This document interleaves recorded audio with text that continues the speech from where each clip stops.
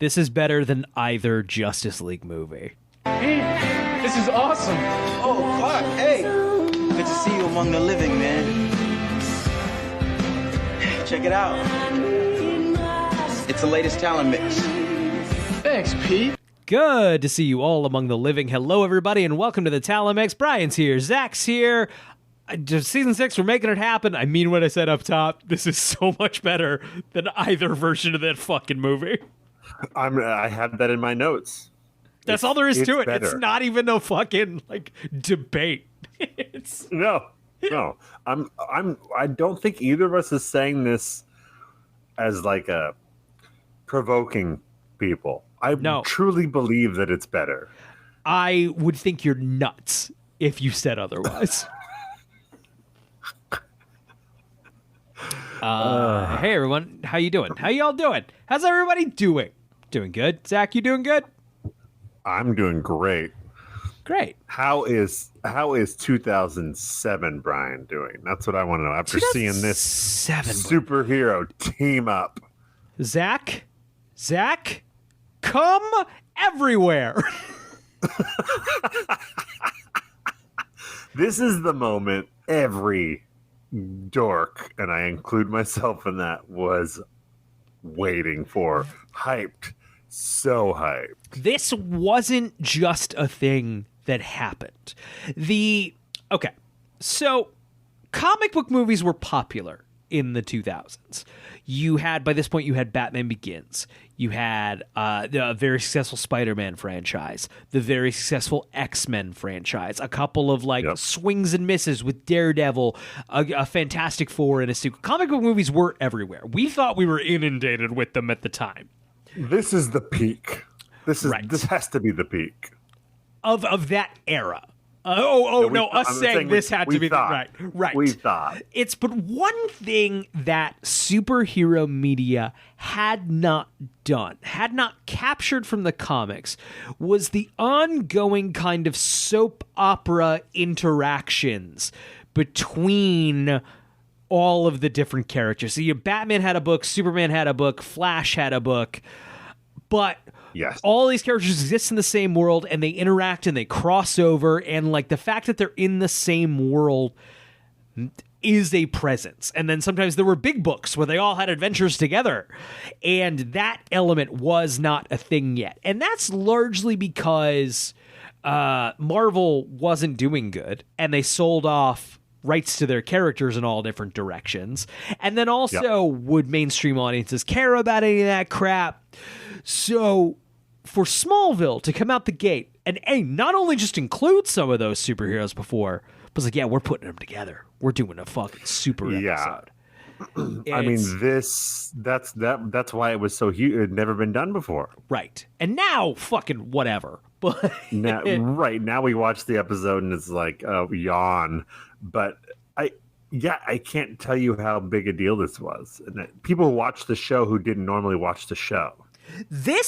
Knowing this episode was happening, because I think this was airing while I was watching, knowing this episode was happening got me through some of the worst parts of the show up until this point. Of it's all gonna happen though. And then on that note, Dak, did someone, I'm not naming it, leave the back door open? There's this airline pilot who keeps banging on it, knocking it open, and just be like, "Hey, anyone want to go on a flight?"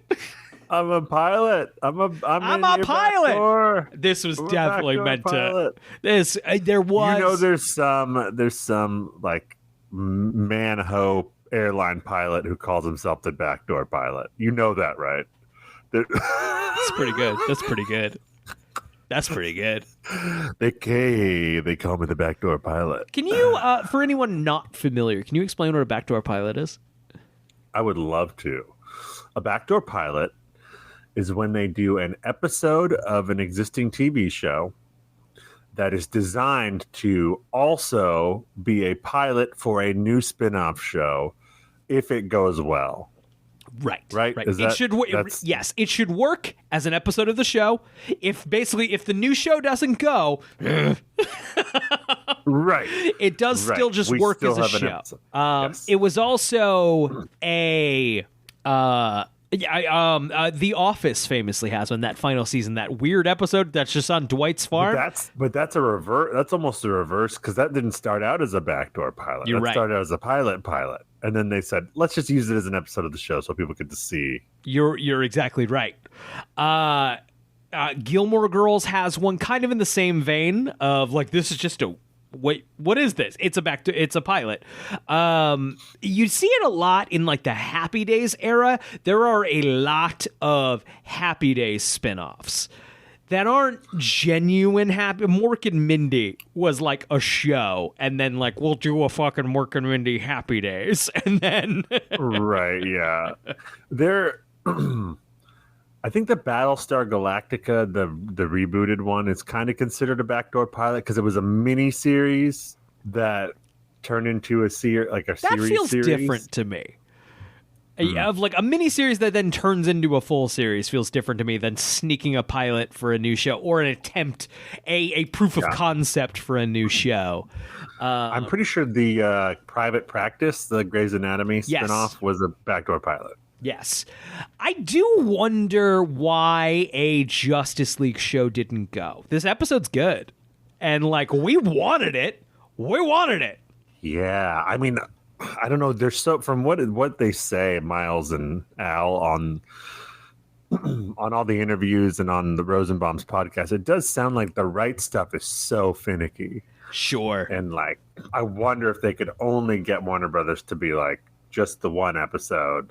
Yeah, that's so... I don't know. It's interesting. It's also funny to me now, thinking of everything in this context of, we have not yet talked about the Aquaman pilot that I have not seen. You have not seen it either, yeah? No. So they do the Aquaman episode. That inspires them to then do a pilot of Aquaman, which stars what is Oliver's Justin name? Hartley. Justin Hartley. So they want a show starring Justin Hartley. So like, that Aquaman pilot doesn't go. It's not, clearly it wasn't like, and now we're going to put you as a main character on Smallville. We're going to put you as a main character on Smallville to then spin that off into a show starring you. And that one doesn't go either.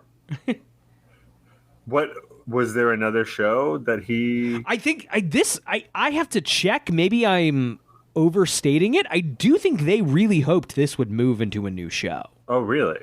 I mean, I know they approached him to do Arrow, the show after Smallville, Arrow, and it would have been a continuation, and he said no. I know that. Okay. No, I have here, and there's not a lot of information on it. It clearly didn't make it far. A spin-off series in which Oliver led the Justice League, helmed by Stephen S. DeKnight, who wrote and directed this episode, made it into development. It was moving, and then didn't happen. Interesting. So, like, I think... I wonder if that was after Smallville was done or here at this point. That's where I reckon this is... I think this is a legitimate backdoor pilot. I think this was a proof of concept, and then we're going to go, and we're going to do this Justice League show. I think the roadmap there was have Justin Hartley on for a little bit. This is purely me theorizing. Purely. I think the roadmap was, okay, Aquaman doesn't go. We like Hartley. We would love to do a show leading Hartley. Let's have him on Smallville for a while. We'll do a Justice League thing. We'll wrangle up all these people. We'll spin that off into a new show starring Hartley. I mean, it does feel like that. That makes total sense. The way this ends with like, these are the adventures we're going to have. Right. The A-Team. It's the A-Team. Right. Yes. I know the end of the season you probably don't remember, but I will when I see it, but I don't remember it. They were building up to a return of the Justice League with Oliver's team. But then they didn't do it because I think there must have been scheduling issues or budgetary issues or something. But I remember they don't come back at the end of the season, but they were kind of building toward it. We don't ever see an episode like this again, right? Does the Justice League make more appearances throughout the show? Parts. I don't think we ever see the whole thing again, but we do get the Justice, whatever the fucking other squad. What's the one? Justice the big Society of America. Yes, Got Justice it. Society. Yeah, that's the big equivalent. That's a two-parter. That's, I see. season 9. Can I throw out there? This is a petty fucking comic book nerd thing. Typically I'm approaching this show as like a pop culture nerd, specifically a certain level of like era of comic book nerd. I don't love Superman not being a founding member of the Justice League. It does like rub me straight up the wrong way. Well, you know what? They don't call it the Justice League. You are right. You are right. They're just Superboys hanging out. Batman's not there either. Batman's not there either. This is meaningless. This Wonder is Woman. just... Yeah, right. You know, no, God forbid there's a girl. We're missing 2 of the 3. I did make the note that this is the same cast of Zack Snyder's Justice League in terms of superheroes, except for take out Wonder Woman and replace it with Chloe. Yeah. And you know what? Chloe gets better stuff to do in this. Chloe gets much better stuff to do. Absolutely. The Watchtower. Chloe's the man in the chair. You know. And she has more character than and I'm sure she was great in the Wonder Woman movie, but in the Justice League movies, she doesn't get a whole lot. You gotta see Wonder Woman. We're gonna do a Wonder Woman episode just so I can make you watch it. You gotta see a DC movie that's pretty. You haven't seen like the pretty good ones. It's the thing. No, I haven't. No, I've only seen Man of Steel. Man of Steel, I would give a firm. It's not as bad as I thought. I'd give it. It's okay. Yeah. Wonder Woman and Aquaman are like pretty good. Yeah, I know. I've only heard good things about Wonder Woman. Aquaman's a too long mess, but James Wan is a good director, not like some other directors who have had that franchise won mainly. Like if it's Here's what we'll do. I'll watch Wonder Woman if you watch Suicide Squad. Yeah.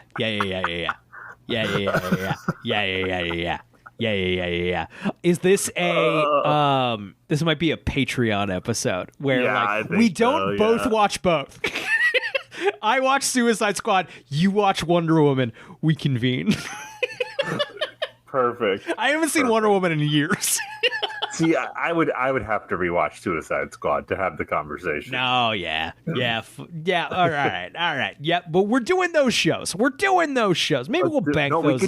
It could be one show too. I mean, we can just watch both and we talk about it. But I guess we'll figure. You know what? We'll figure it out. We know we wanted to watch those movies.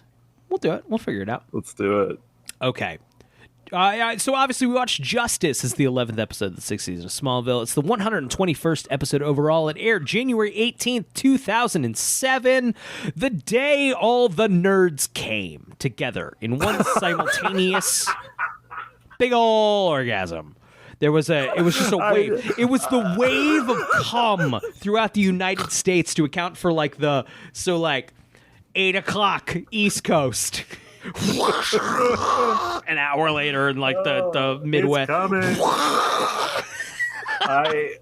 I just love the day the nerds came. It's just a great title of something. Yeah.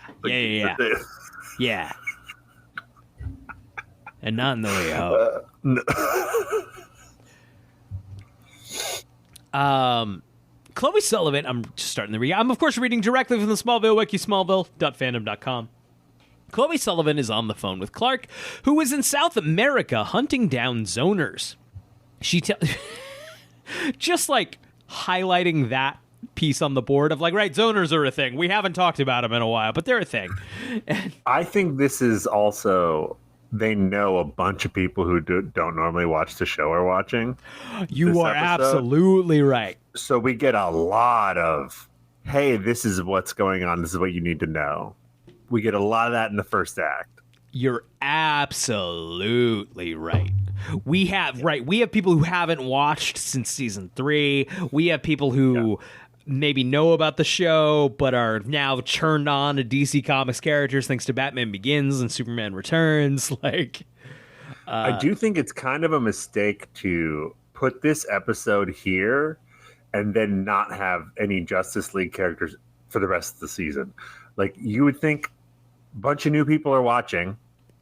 Right. Right. follow up with some Green Arrow, a few more Green Arrow episodes. But this is where he leaves. He's Right. out after this. Once again, I think the plan was whole new show. And right. If you are going directly into that, that's a good plan. Like if you are right, but there's no show plan. This is a proof of concept, which leave them wanting more, I guess. But I'm shocked. I'm very, very surprised. I would love to know why. You said maybe it was writes things. I think the Justice League show seems like a winner. No, you want to know what it is? And I'm almost certain now that I said it out loud. 2007, they are planning.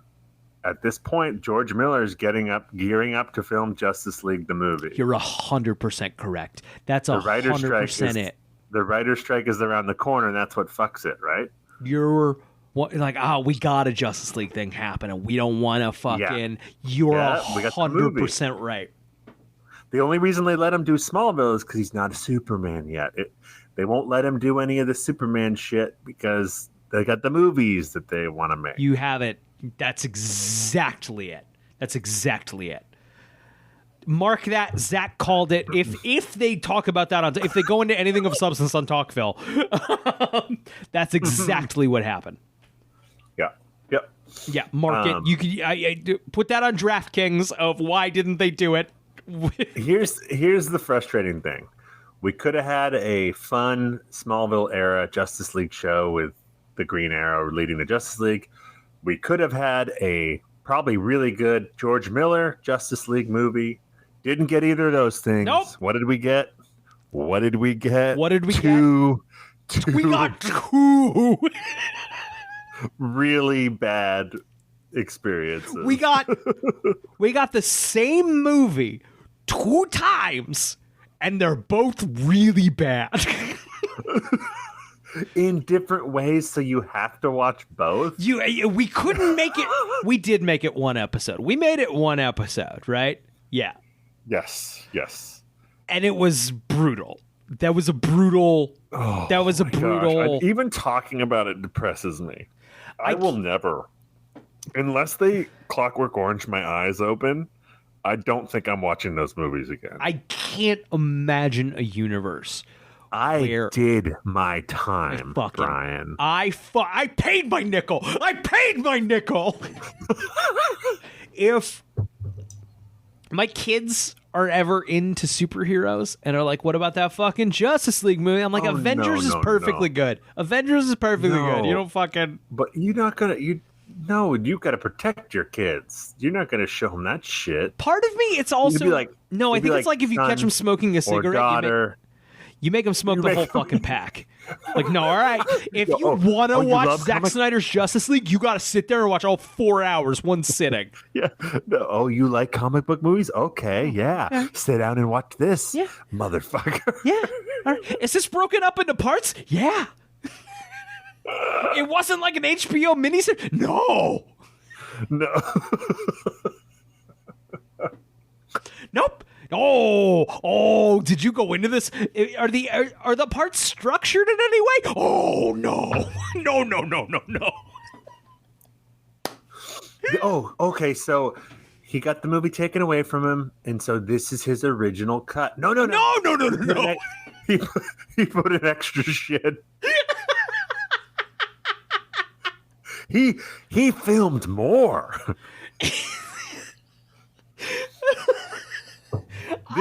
This is shit he didn't even include in his assembly cut. I'm sure I said this before. Welcome to our, this is Justice League Part 2. I think this is Justice League Part 2. It's just going to be. But now I'm removed enough from it that I have a sense of humor about it that I did not have. We were 12 Batman movies deep, too. Fuck. I don't have any other thoughts on Justice League. They're going to come up. Chloe Sullivan is on the phone with Clark. No, we did that. She tells him there is a situation in Kansas that needs his attention too. Just as they hang up, Chloe meets Dr. Caselli, who works in the high security wing at Belle Reve. She questions why several patients with special abilities have been transferred out and if Luthor Corp is involved. When she mentions level 33.1, Dr. Caselli pulls a gun on her. But before he shoots, someone super speeds toward him and knocks him out. Can I say I watched this scene, but it didn't register in my memory. I assumed while reading this, Dr. Caselli was a woman, and that was sexist of me. Wait, why? Isn't it? That's reverse. That's a silly joke that I made. That's the joke I was making. Oh, I see. Okay, gotcha. That's the joke. I make a funny joke. Okay, laugh now. Come on. That's the cliche I was playing with, Zachary. Okay, Clark appears, but he says Dr. Caselli was down before he arrived. He realizes someone else is around that can move as fast as him and chases him down. He can't catch him, though, until the figure stops. Bart Allen jokes that Clark is still too slow. Bart Allen, of course, being the Flash. I gotta say, we agree, just upped. This is a good episode. This is a great episode of Smallville. Oh, it's fun. This is a Hall of Famer, I think, top 10 episode of Smallville. This is a great one. It's a very event. It's an event, right? And this is a big one. Yes. And this fucker moves. It's never boring. It's just... This is a great episode of Smallville. They obviously knew this was the big one. They saved their money for it, and everyone's firing on all cylinders. Everyone in the cast knows it's a big one. Right. And it is a big one. It feels like a big one. Yeah. It's very punchy. It's very like summer blockbuster. Yes. A summer blockbuster in 42 minutes. What else can you ask for? And not to bag Justice League again, but it's weird that this episode, mid-season episode of a TV show, is more of a blockbuster feeling than your blockbuster. More exciting. Superhero it's more movies. Fun. And more quippy, a lot better lines. People will say, I say that as if anyone interacts with this podcast that we do. They don't. But people would, a straw man, Keith, come in here. Poor Keith has been in that closet for a while. Keith's red. Keith is fucking red. So I'm going to let him out. Keith, what do you have to say? Uh-huh. Okay. All right, I'll tell him.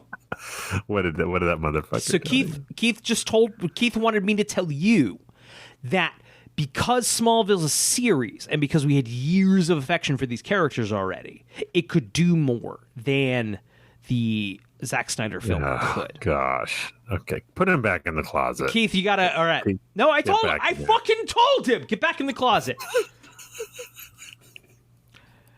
Here's the thing. I think you could show someone this 42-minute episode of Smallville and they'd be like, that was fun. That was fun. Yes, 100%. They did. People watched it who didn't normally watch the show. Yes. This is a better... Yeah, it works almost entirely standalone as just a Justice League thing. A backdoor pilot, if you will. What? All right. Clark and Chloe are in his loft discussing what Caselli told her when Bart interrupts them. He flirts with Chloe, and she remembers meeting him 2 years ago. When Chloe leaves, Clark wonders why Bart is in town.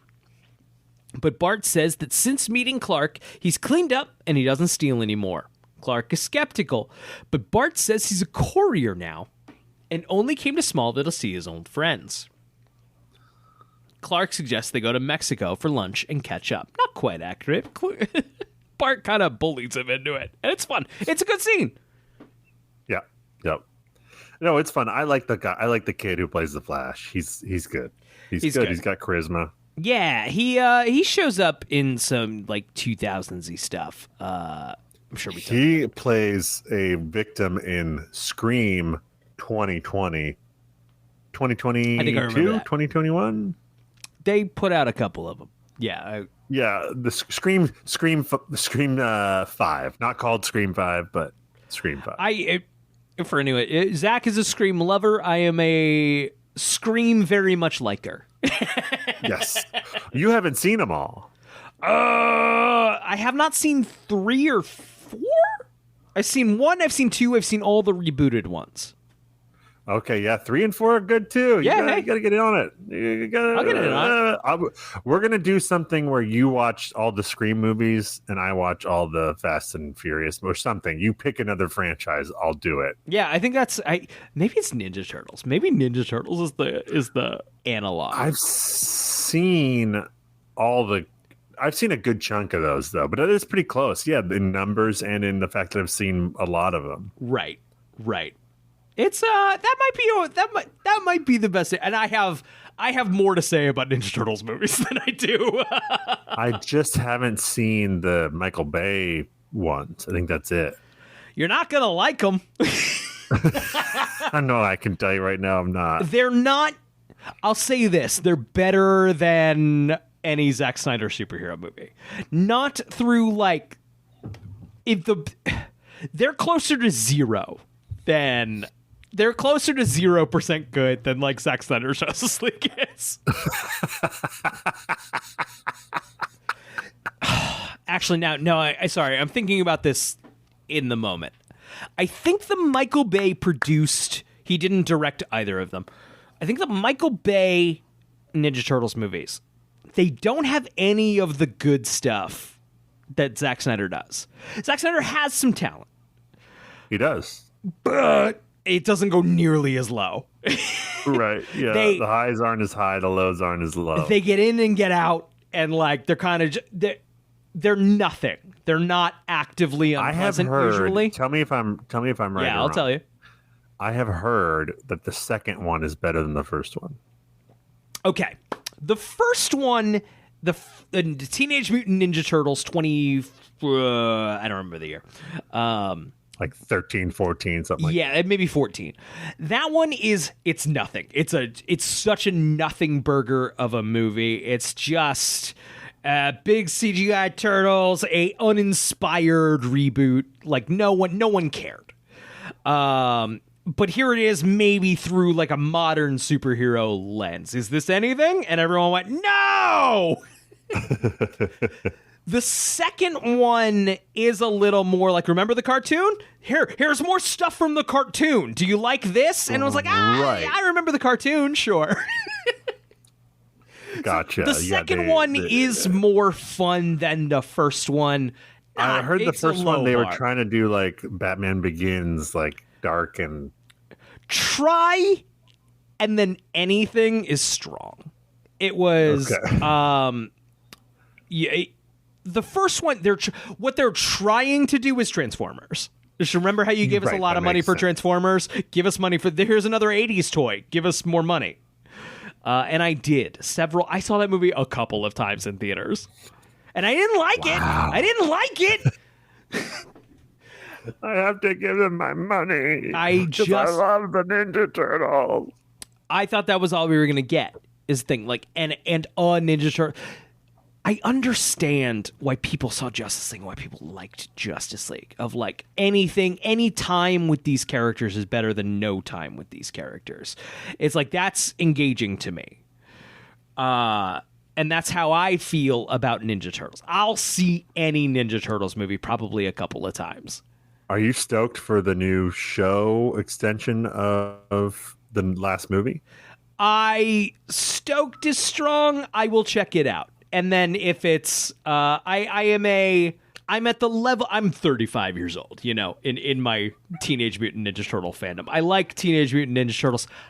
I check in, I watch every new show. I'm not like, right. I want to see it. I want to see what they got going on. I don't necessarily watch all of it or keep up with it. But like, I like to watch it and have opinions of what's the vibe is. And I will say, I like most of them. Ninja Turtles fans, Ninja Turtles nerds don't love Rise of the Teenage Mutant Ninja Turtles, the Nickelodeon one. I think it's fine. I think it was good. Thought it was pretty good. Interesting. Should we get back Turtle to Talk? Turtle Talk. I'm always ready for Turtle Talk.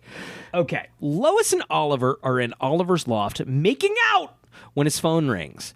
He tells the caller he'll be there in 5 minutes, and Lois gets upset. She confronts him for always running off and interrupting them, and Oliver surprises her by offering to take her to Monte Carlo for a romantic getaway.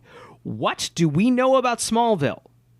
If it's ever like, let's do this thing that'll fix the thing, that thing's not gonna happen. Or if it's ever like, here's a baby that's gonna be born. It ain't.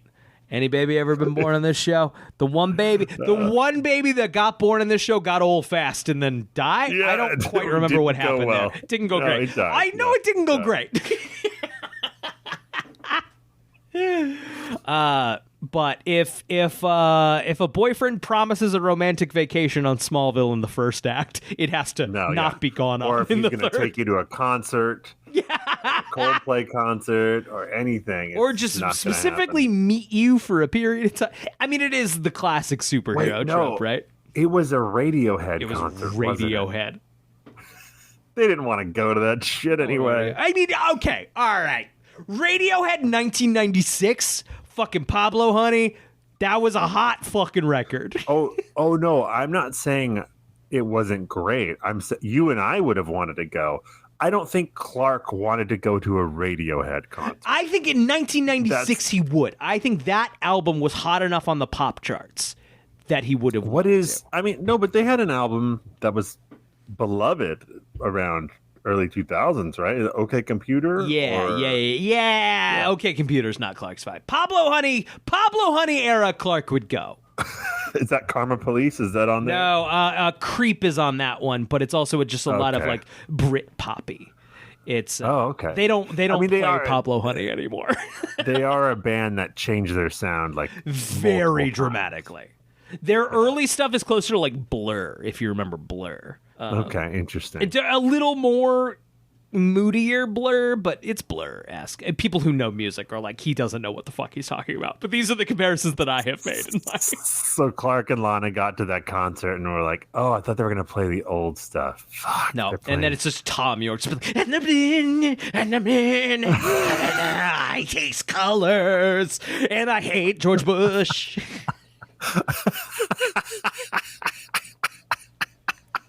Spot on. I was trying to explain. I had a huge Radiohead phase, right? And I was trying to explain to my wife that I had Radiohead on.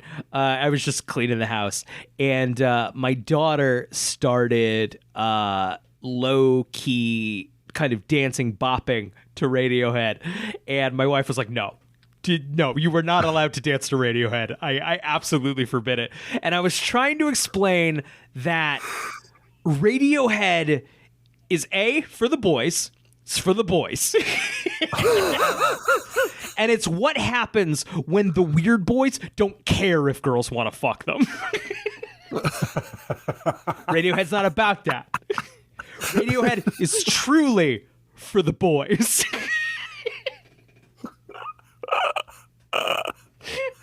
I stand by it. Oh no, I know exactly what you're talking about.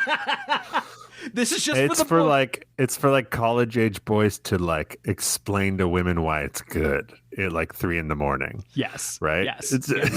And no one wants to fuck a college age boy talking about Radiohead. No one. Nope. Explaining to them why something they don't like is actually good. It's just for the boys. Talk to any dude in their 30s and be like, Radiohead? And we're like, yeah, we had our Radiohead thing. That's for us. That's just for us. They're sad, and they're sad, and I'm sad. And the girls, they don't get it, and there's no time to explain.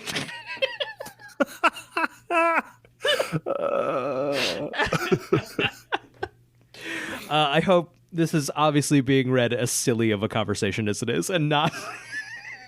No, it's anyone listening to this better know that we're just being morons. And not, no girls like Radiohead. It's not for women.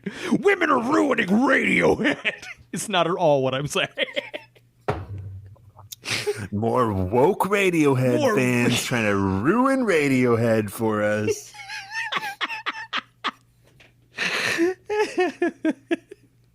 It's just okay for a dumb... It's okay to not get... They're not... It's dumb. It's a dumb band. They're dumb, and I love them so much. They're truly dumb, and it's stupid music for idiots, and I'm a stupid idiot. Anyway, Lionel meets Lex and tells him that another LuthorCorp facility has been hit. He says 6 facilities have been attacked, all having to do with 33.1. Lex isn't worried and shows Lionel a security camera photograph of a red blur. Lex says that whoever is responsible can move very fast, and he intends to catch him and make him the test subject. As they leave, Bart speeds into the library and downloads data from Lex's laptop. Have we seen Bart's The Flash outfit by this point? No. It's dumb. No, yeah. I mean, all of the superhero outfits are pretty dumb in this. Aquaman's is good because it kind of looks like Aquaman's. We're still by 2007, we're still in that post X-Men phase where we're trying not to say that it's superheroes. Like, you can't wear I believe even the names, they're calling them code names. Like, it's not we can't quite lean into the Superman or the superhero of it all in a way that's very silly. Mm-hmm. Just makes it more silly. You're just drawing attention to it. And I feel like it felt less silly then. Now it feels really dumb. Like, just be your name is Aquaman. It's fine. I do appreciate that the Smallville team was like, this is our biggest episode of the year. John Glover's gonna fucking be in it. Okay. Mm-hmm. Lana's not in the episode. I don't think Mama Kay's in the episode. Mama Kay appears briefly. She does. She makes a spread for killer spread. Your mom just made a killer spread, man. You just missed a killer spread. You just missed a killer spread, man. Can I just say it's absolutely... I was talking about X-Men a second ago. It's absolutely nuts that it's taking until now for Hugh Jackman to actually wear the Wolverine costume. Hugh Jackman has not worn the actual Wolverine costume ever. And now it's not even really, though. It's still not even still. It's still not even. No, they couldn't just give us that, but it explains exactly what you're talking about. Or they didn't do it for. I mean, they showed the costume at the end of the Wolverine as like an Easter, like he got it. Someone gave it to him as a gift, but he didn't put it on. No, right. I wonder if he'll wear it in the movie. At this point, Deadpool and Wolverine has not come out. My wife, bless her heart, has seen the trailer and gone, that looks awful. So I'll be seeing it by myself. Oh, no. It'll be fun. It's gonna be fun. I'm sure of it. I don't know how you feel. I'm in it. If it's fun, great. If it's bad, I'm good not seeing it, I think is where. Right. I just think Ryan Reynolds, extremely talented. A lot of his movies aren't very good, but the part he was born to play is Deadpool. I'm a little over the shtick, the Ryan Reynolds shtick. That I don't know. Right. I don't know. Wolverine's what's bringing me in. Wolverine's bringing me in. I think unless he's Deadpool, when he's Deadpool, I'm all in on it. I think I liked that first movie. I didn't see the second one, not on purpose. I just didn't get around to it. Oh, interesting. I thought the first one was okay, and I really liked the second one. Oh, interesting. Okay. I didn't love the first one. I just thought it was fine. I saw the second one on Blu-ray. I didn't even see it in the theater, but I thought the second one was a lot of fun. I'll get around to it before Deadpool and Wolverine come out. Yeah. It was I as a fan of the height of my comic book reading was in high school, and the idea that they made a Deadpool movie and it was not bad was insane. Right. All right. Bart speeds into the library, downloads Lex's data from the laptop. He calls his contact and arranges a meeting to drop the data off. He meets the contact, the Green Arrow. Dun, dun, dun. What? Clark meets Lionel in Metropolis and accuses him of helping Dr. Caselli get out of jail. Lionel denies his involvement, but shows Clark the photograph and tells him that if he's still breaking into LuthorCorp buildings, he should be more careful. Clark tells him that the photograph isn't him, but doesn't tell Lionel who it is. Clark goes home, where Bart is eating anything Martha puts in front of him. He confronts Bart about stealing, but Bart doesn't explain anything, only saying it's complicated, and super speeds away. They do say here, hey, if anyone should understand secrets, it's you, Clark. But Clark is still I'm the one who keeps the secrets. No one keeps secrets from Clark. I just love the scene. Clark shows up and he's like, Clark, where you been? You just missed a killer spread, man. And then Clark goes, you cut the act. I know, blah, blah, blah, blah, blah. And it's not an act. I did enjoy the food. Right. I don't know. And then also, like, you're stealing from Lex, someone we all know I'm now, like, is a bad guy. And there can't possibly be any good reason for you to be stealing data from Lex Luthor. I literally will not put that on the table. I may become a terrorist by the end of this episode, but right now, I'm really upset. Chloe is helping Lois pack for her trip when they are interrupted by Clark. Lois exits, and Chloe reveals that she knows Oliver is the Green Arrow. Clark admits that Bart can super speed. It's funny here needing... So I forgot Chloe didn't know. Like, it was Chloe walks in. Right. Like, did she know?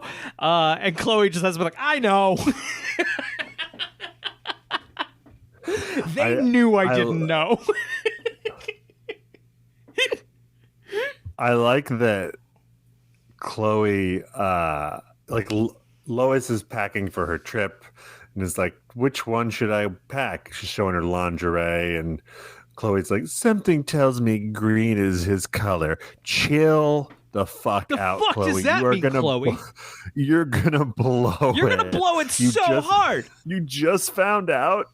And you can't, like, you're making these jokes to no one. No one else is in the room. You're just gonna blow it.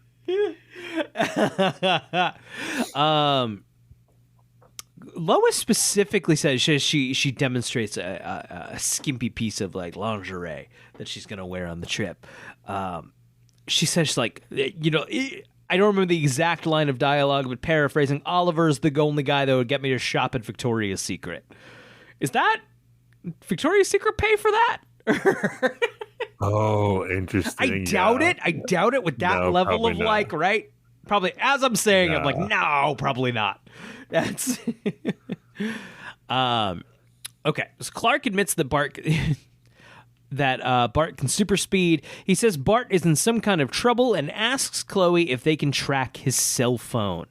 To which Chloe said, not legally.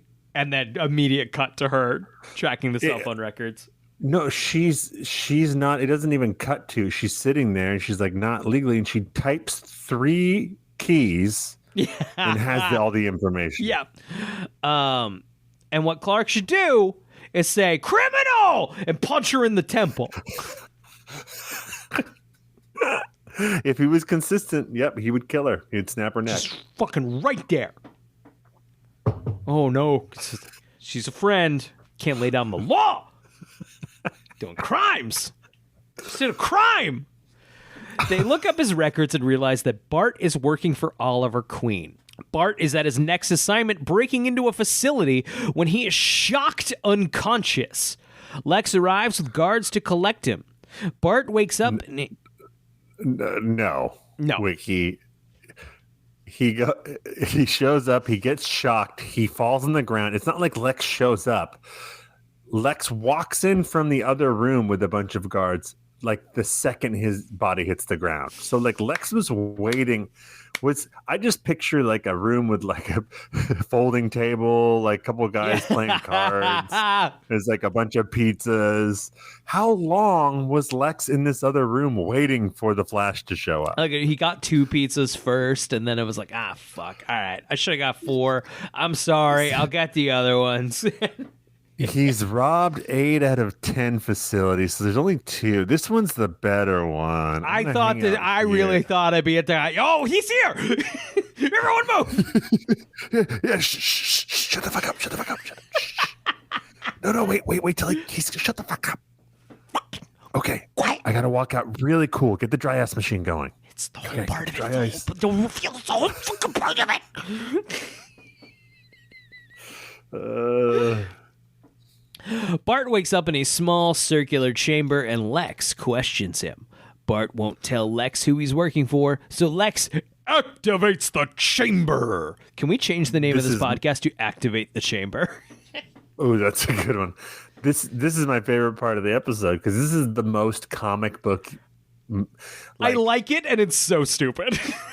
I recently we said Lex, now that he's become full on pretty much villain, is less interesting. And while I agree with that, I do think Rosenbaum is really good and having a lot of fun playing full on mustache twirly. This is episode. Comic book Lex Luthor. This is a thing full villain comic book Lex Luthor would do. He gets a great comic book villain line in this scene. A great line. Let me read what happens, and then because let me the 2 sentences, and it explains the vibe here. And then, so he explains that if Bart stops moving at all, the floor he's on is going to electrocute him. Bart is forced. It's even like a millisecond. Bart is forced to constant super speed to keep from getting shocked to death. Yeah. So Bart says when Lex walks in, he says, "I want out of here right now." And Lex says, "And I want a ponytail." Disappointment abounds. It's awesome. That's so good. It's awesome. It's so good. And I want a ponytail. Oh, I love it. Yeah, that was.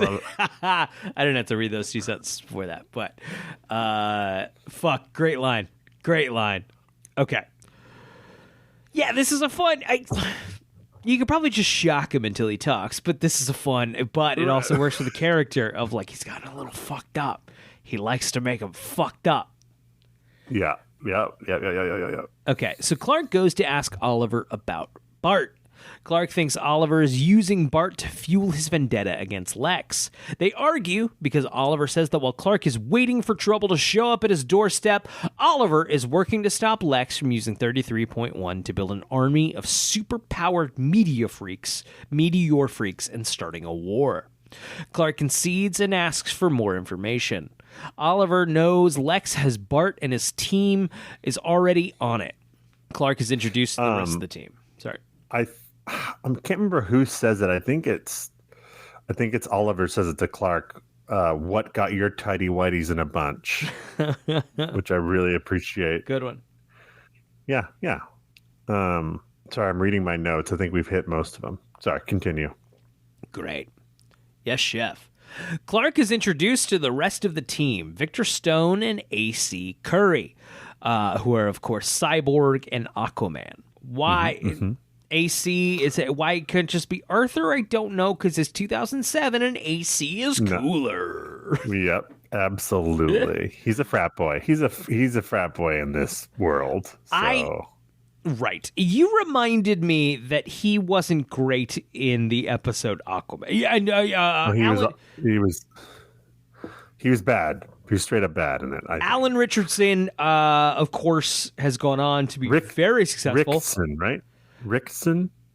You could be right. I could have just been saying it wrong this entire time. Rickson, you're right. I've been saying Richardson. He's killing it. He's killing it now. Great. I'm so happy for him. He's Jack Reacher. That show, dads across America love it. Yeah. I have not been a dad long enough to blossom into that, but I love the Jack Reacher books. And I like I didn't see the second Tom Cruise McQuarrie movie. The first one's fun. I walked out of it. First one's really fun. Did you walk out of it? Well, the first one I enjoyed quite a bit. The second one, we showed up late to the person I was with at the time. And there was only 2 other people in there, and they were just straight up talking. So we left after 10 minutes. So it's not totally. That's not the movie. No, but also I could tell wasn't good. I don't think general reception of it was that it was good. No, no. It's It was always fun. Tom Cruise was not. I've read a handful of those books. Right, he's a comic book superhero just in a paperback novel. Right, and Tom Cruise is not a picture perfect casting for the guy. The guy who writes them was like imagining Jason Statham. But we were talking about the Michael Bay, and I'm sure I talked about this during the Aquaman episode. Oh, he's a Ninja Turtle. He's Raphael in those Ninja Turtle movies, and he's perfectly good. He talks about those experiences being terrible, and I believe it. Yep. So Oliver starts to track Bart, and Clark asks Victor how long he's been working with Oliver. Sorry, I do want to throw out there how, like, it's like, okay, we're bringing Bart in. We already know Oliver through the show. And then also Cyborg and Aquaman are here. It's fine. And the movie probably should have done the same thing. Well, it kind of did. Joss Whedon one. You're right. It kind of did. So I can't even write it off that way.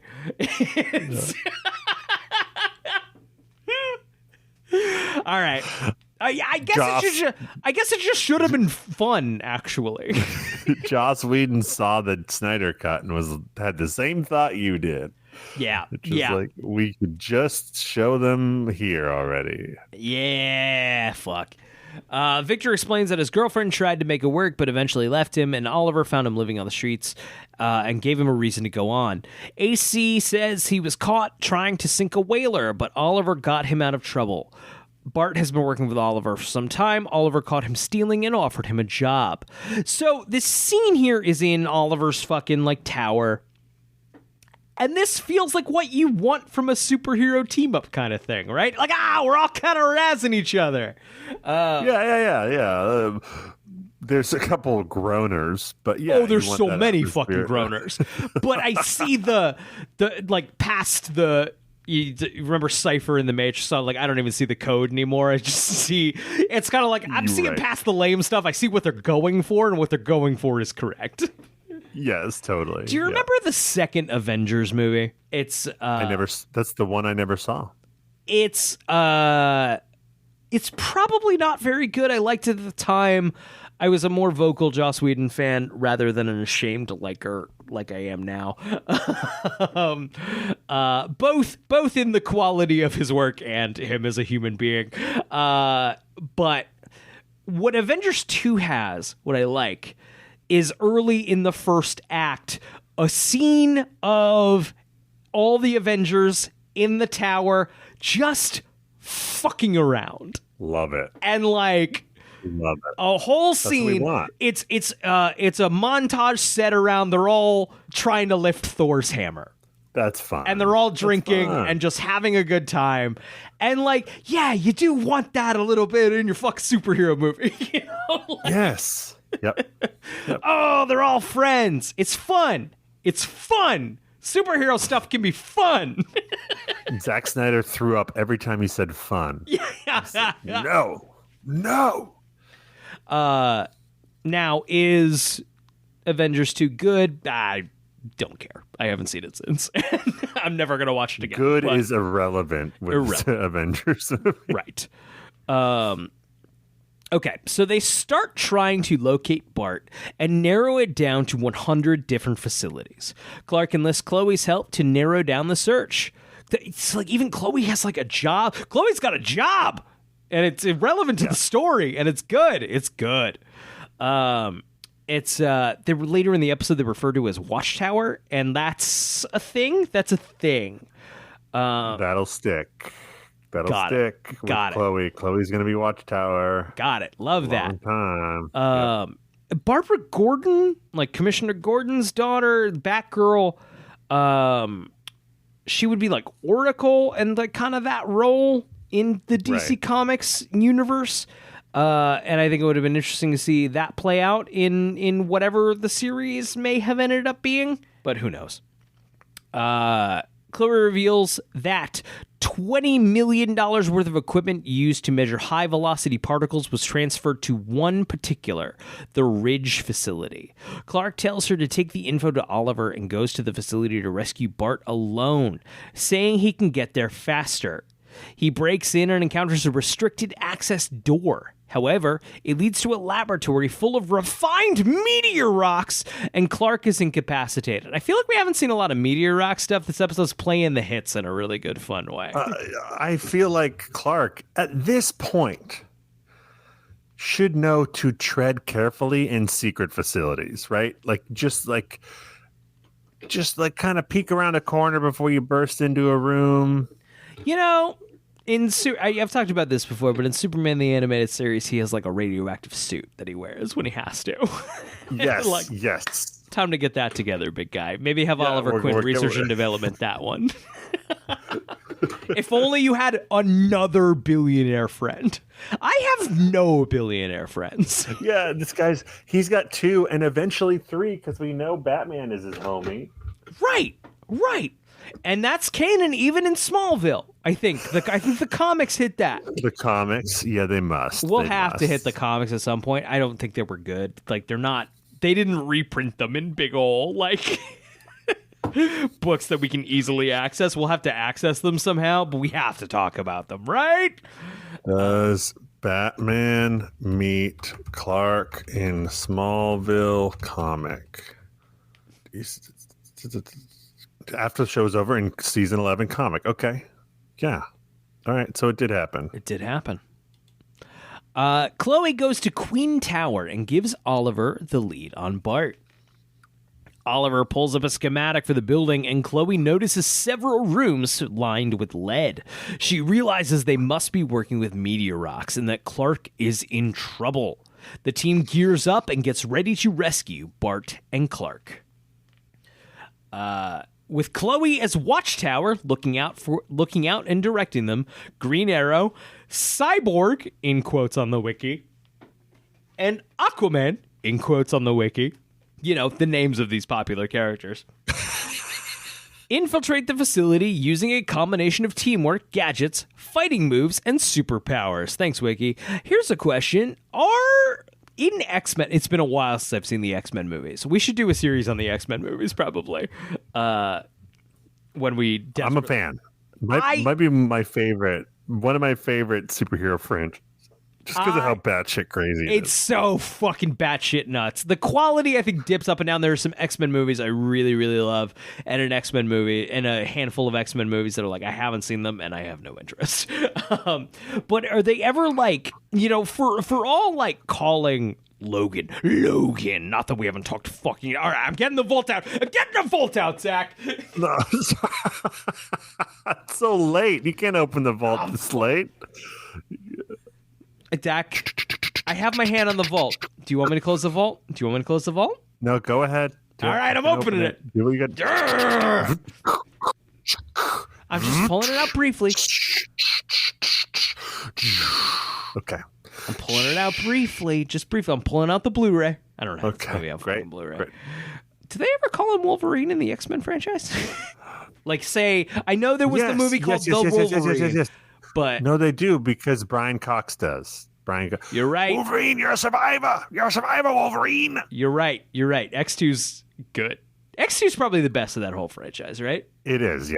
You won't find any answers with that, Wolverine. The only one that gives it a run for its money, in my opinion, is Days of Future Past. I love Days of Future Past. I loved it at the time. I haven't seen it since. Too. I feel like reception of it has gone down over time. I've heard negative opinions from it, and I remember really liking it.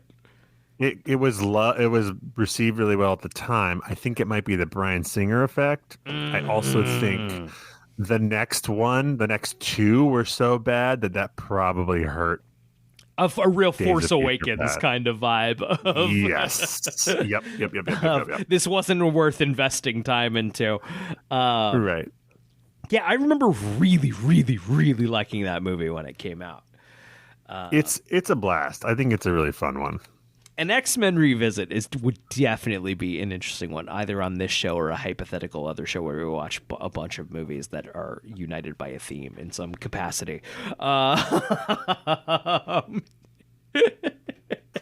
a random thing to say. I don't know. Okay. Green Arrow rescues Clark, naming him Boy Scout, and tells Watchtower to direct Boy Scout to Impulse. Why? They couldn't say Flash. They could do another nicknames. They couldn't do the Flash. Why? It's not cool enough. I don't know. It's either because they never say the Flash. No, they don't. They call him Impulse. I'm gonna do a thing. I should have done this before. I'm Googling Impulse DC Comics.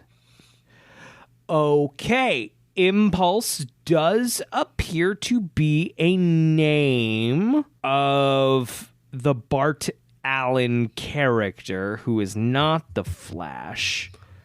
Was that a rights way around not using the Flash? Batman Begins has happened.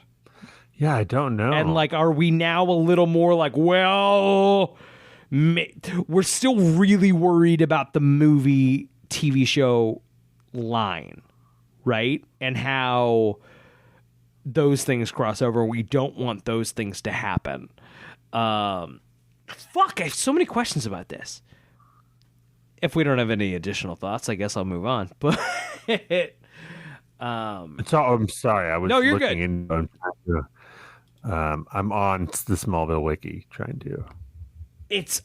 I'm more lamenting Talkville won't talk about it because they don't care. It is weird to be like, we call Cyborg, we call Aquaman, we call Green Arrow, we can't call him the Flash. So I know we can't call Clark Superman, that I understand. But I also understand we're not doing that. Like, it's not even like can't, we're not. That all fits in with the show so far.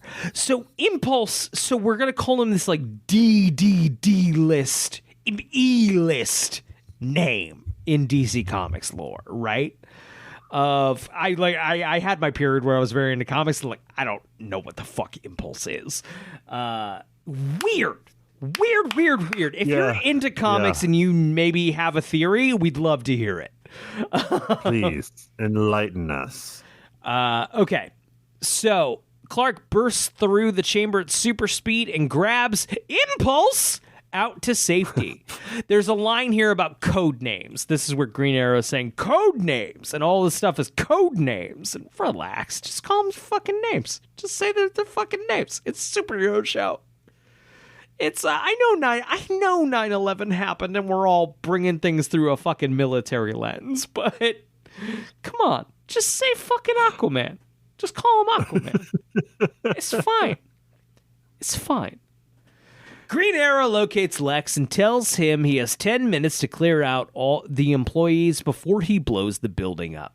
The Wikipedia is using the code names now. Boy Scout and Impulse meet up with Green Arrow again, and Watchtower confirms that the employees are gone. Cyborg and Aquaman, the names of those superheroes, rendezvous, and the Five blow the facility up. We, of course, get that fucking money shot.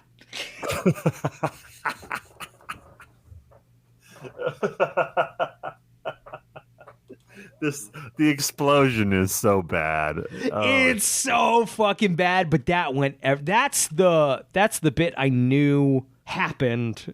Like, that was the promotional fucking still for this episode. Right. Yeah. Cool guys walk away from explosions. I was gonna say it's in that montage. Yes. It's in that. Yeah. Speaking of that, I highly recommend Seth Meyers of course, SNL and Late Night with Seth Meyers is doing a podcast with The Lonely Island, a recap podcast basically of all of The Lonely Island bits on SNL, both on camera and as writers. And if you want a recap podcast where it's kind of an excuse for them just to talk and they go off on tangents that are delightfully funny and insightful, and then also have interesting insights into the way SNL works, unlike some other recap podcasts that maybe come up on this show, highly recommend. I think it's just called the Seth Meyers and Lonely Island podcast. Smart. It's really good. It's really good if you like Saturday Night Live. I'll check that out. I'll check that out for sure. I would give it my highest recommendation as far as recap podcasts go. Okay, so Lois arrives at Queen Tower, ready to go on vacation, but Oliver has to cancel their trip because he has a business meeting. Asterisk that. She tells him to postpone it, but when he can't, she says not to expect her to wait for him. And it's sort of it's a good scene. It's a really good scene. Erica Durance is great as always.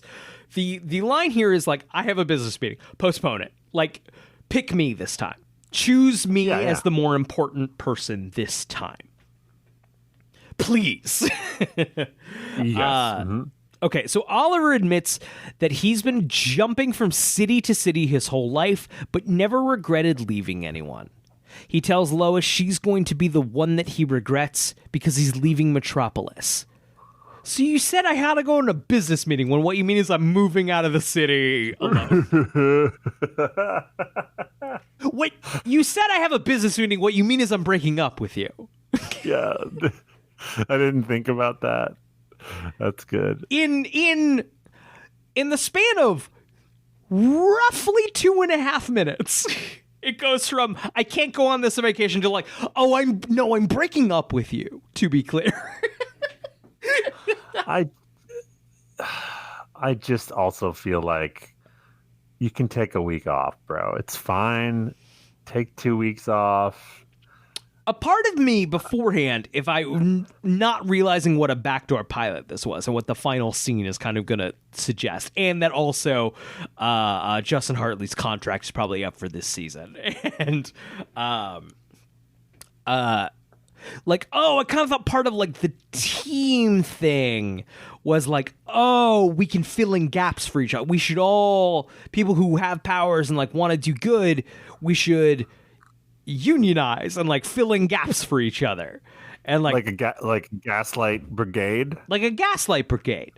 Oh, that's not what we're doing though. No, that's not what we're doing. No, oh no. Okay. Got it. Lois kisses him goodbye and leaves in tears. It's a good scene. It's a very silly scene, but it's a good scene. Justin Hartley's good. Erica Durant's good. They have good chemistry. This is the moment, isn't it? This is the moment I'm going to regret for the rest of my life. Come on. Come on. It's a very like good soap opera-y. Great. It's exactly the line that belongs on this show. Yes, 100%. Which eventually, if DC Comics lore is to what's to be believed in the Smallville universe, eventually Superman will be like, yeah, I married Lois Lane. Is Green Arrow just like, oh, god damn it. Well, I mean, it certainly, that stuff comes up when he comes back as a regular character in the show. Great. Can't wait. That's because good. That's good for TV. It is. Yeah, he comes back in season 8 and lasts for the remainder of the show as a he's in the credits, so 8, 9, 10. And that's when they start pushing the Clark Lois thing because Lana's gone. So that stuff is addressed. I'm excited. Oh, they make good TV with it. That's great. yeah.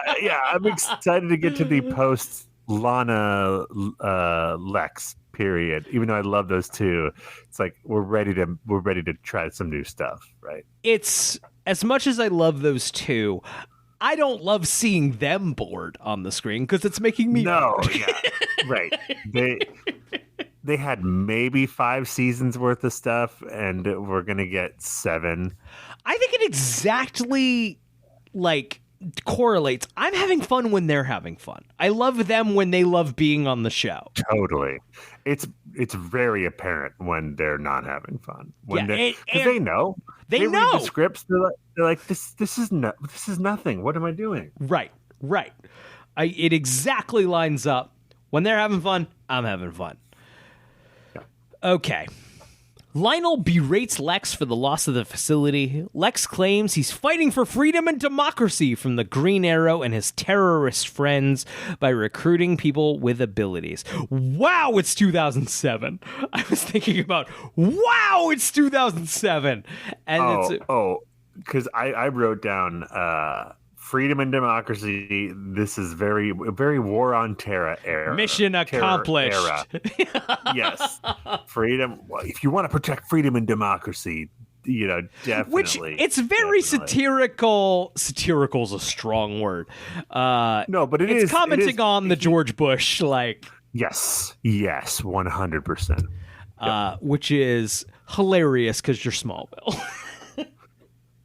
And also, we remember what you were doing post 9/11, and there were a lot of flags around and a lot of rah-rah. And also, remember... we were here, Smallville. Not to get too deep into it, remember when George Bush was the worst thing? I don't even want to talk about it. Just... Lionel doesn't buy it.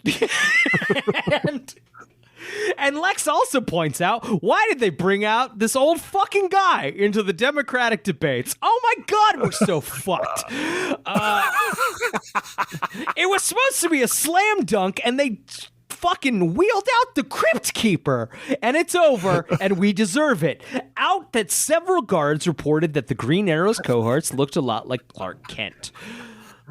Lionel smoothly lies that Clark couldn't have been involved because they were having dinner together at the Kent's home at the time of the explosion.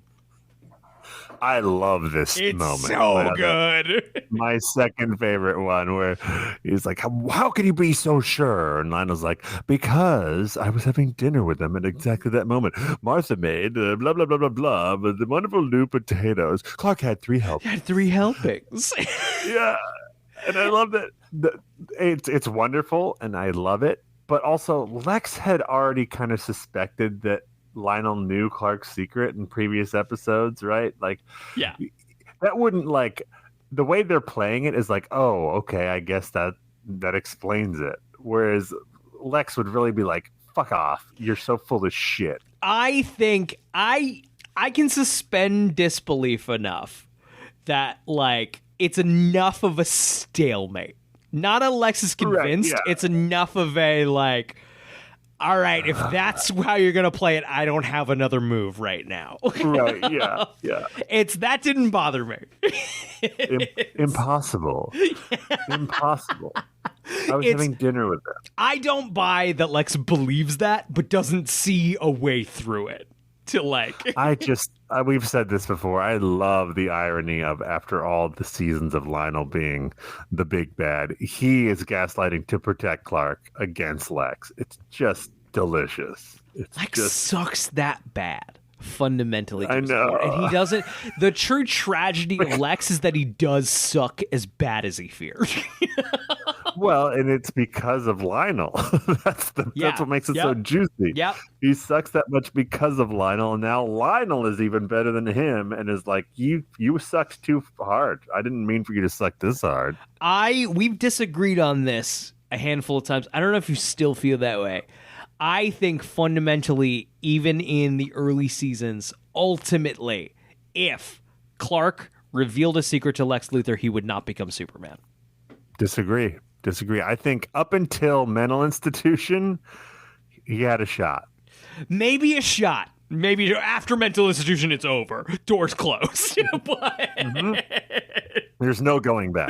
There was no going back. But I think shot is different from... I don't think it was a clear shot. I'm not saying it would have gone perfectly. I don't think Lex becomes a supervillain. Maybe that's true. True. Like, they would have had a few bumpy interact. It would have been a growing pains, right? I think Lex would want Clark to use his abilities in a way Clark would not want to, and it would cause a rift. Agreed. But the gaslighting is what makes him. It does. No, it does also Clark make him fucking nuts. Yeah. Yeah. I think Clark and Lionel teamed up to make him a supervillain, is what I think. Maybe we don't get the Flash. Sorry, Impulse has to run, and if he stops running, he explodes. Right. All right. Right. We get, like, Elon Musk, you know? Like, it's not like... Right. We get a douchebag nobody likes who makes a fucking dumb car. Not the Tesla, the Cybertruck. Dumb fucking car. If you're listening to this to a Cybertruck, turn it off. No one's listening to this. I saw one of those the other day in the Whole Foods parking lot. Did you? And it looks like what they thought cars were going to look like in 80s, bad 80s in, sci-fi like, movies. Demolition Man. Like, right, yeah. Right, yeah. We don't have to make the stuff look like what they thought it was going to look like. To be clear, I'm not even talking about Cybertruck in, like, morally or ethically. I'm just saying it's a dumb looking fucking car. Yeah. It's not the future I wanted. No, God. All right, so the team meets with Clark and Chloe in the barn one last time. Oliver reports that Lex is setting up laboratories all over the globe and asks Clark to join the team. Clark says he wants to, but he has to clean up his own mess first, meaning that he has to capture all of the zoners. It's set up here like, oh, Lex has these facilities. He's going to be making monsters. We gotta attack all of them. Perfect setup for a show. I think a show would have been fun. I'm actually sad we didn't get this show, dude. I believe the intention was Justice League comes back, battles Lex's army of meteor freaks for the finale. That is not what we get. That would have been fun, That too. is not what we get. But that was the intent. I so think the show that they're pitching, once again, this is me purely theorizing. You might have more information than me. I really think this is a setup for a show. That's the perfect pitch for a show. Lex Luthor has things set up. Boom, Sure. We have bad guys. We go from place to place. We do supernatural. We go from place to place. Totally. It's the A-Team, but both could be true. They could be Both like, could hey, be true. maybe this is a show, and also we're bringing them back for the finale if it isn't a show. I'm shocked Neither they can't happened. figure that out. Like, in season, in the budgeting of like, oh, we don't have the money. Oh, no. That would be, but also TV's a mess. I've worked in TV, and it's, the end of your season looks different. Right, yeah. So that's not crazy. And I didn't even work in scripted TV. I worked in unscripted TV. And the end of your season looks different than you anticipated. So Clark has to clean up his own mess, meaning he has to capture all the zoners. Oliver shakes Clark's hand, and he and his team leave for their next mission, proudly saying, "Come on, boys. Let's go save the world." There's also some Nietzsche stuff around. What should we call it? I think we should call it the fucking Justice League. No, that's not a line, but basically that's what they do. Oliver basically comes out, I think it should involve justice, because that's what's coming to Lex Luthor. It was the original Flash episode where he's like, well, maybe one day we'll get together and form like a team or a league or something. Right. All right. I'm scrolling through the notes here. There is featured music, High and Low by Greg Glaswell. I don't remember where that was. No Lana Lang this episode. You mentioned it. And, this is the last appearance of Justin Hartley for this season. You missed the ultimate bone thrown to fanboys who have already come so many times during this episode. Just nonstop. I can't stress enough. We didn't think it was ever going to get better than this. In many ways, it didn't. They said that, you know where they're headed to? The Justice League team? The island of... fuck. What is the... Yes, they said a name. Cordo Maltese. What is that name? Cordo Maltese. That is an island from the Batman lore. It is featured in the Batman 89. That's Cordo Maltese is like that war that Vicky Vale was photographer. Wow. Well, I think it originates in The Dark Knight Returns. I think it's Frank Miller mentions Cordo Maltese. I think maybe there's a war there that's what's going on with the Russians or something. Wow. If I remember right. Fuck. So that's some deep cut shit. That's like, yeah, the narrative. I understood that reference and no one else did. Oh, it's the thing from the other thing. It's the thing from another thing. I had enough of a, like, that's probably a specific thing. Right, yeah. But did not put that together. Fuck, you know what would be a fun thing to do? Is reread The Dark Knight Returns. I haven't read it in a long time. I'm sure it's good, but I also am sure it's it's horseshit and good. You know, it's good, but it's like a bunch of Frank Miller nonsense for sure. Frank Miller's got a lot of nonsense. I'd be curious. Maybe on Patreon. Yeah. Maybe we'll reread it for Patreon. Okay, I'm sorry. I'm looking for interesting facts here about the episode. There should be more. There should be more. A spin-off series is supposed to happen. Wow, not a lot of interesting, fun facts about this episode. So I guess that's it. Wow. So it goes. Wow. So it goes. Not a lot to say. I hope we'll learn more in Talkville. I'm not expecting to.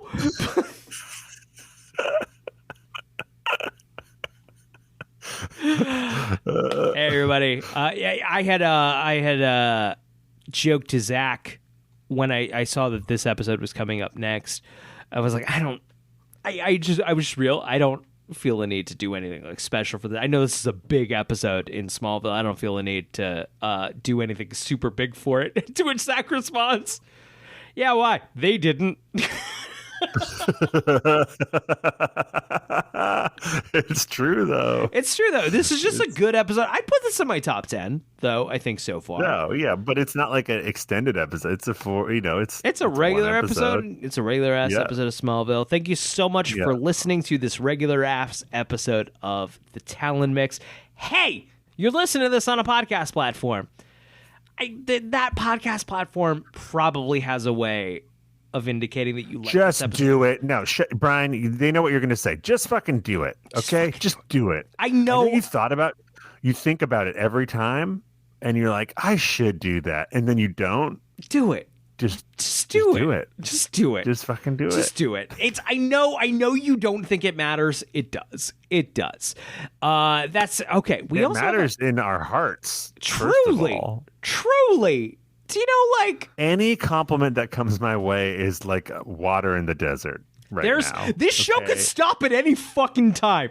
And like, so any compliment we get is a guaranteed another 50 episodes. Yeah. One compliment, like Michael Rosenbaum, guarantees but 50 episodes. Instead of demanding money, I'm demanding compliments. Okay? Compliments. Just say you like the show. I know you're out there. I know you listen to it. I see the numbers. Just say, hey, I'm enjoying the show. So we don't feel so alone. I'm half kidding. Only half. Okay, if you go to bit.ly Brian Zach Pod, once again, bit.ly Brian Zach Pod, you will find a link to our Patreon. Unlike that, don't get me wrong, just do it on the compliments. Just do it on the compliments. If you want to go the extra mile and give us $5 a month to help make this show happen, as several, I won't say many, several do. They are in the exclusive club of Make the Show Continue to Happen. Heroes. Justice League, fuck them. The real heroes are the Patreon for this podcast. The few, the proud, the Talon Mix Patreon supporters. It really, really, really, really, really does help us make the show, and we appreciate every single one of you. And we should reflect that by making more bonus content. And you know what? We're going to do that with no promise of what that schedule is going to be. Thank you, everybody. Zach, do you have a question for the Smallville gods? When Oliver and the Justice League drove or went from Metropolis to the barn for that last scene, did they take a helicopter or did they take the Julian Luther Memorial Bridge, which is canon? Good night, everybody.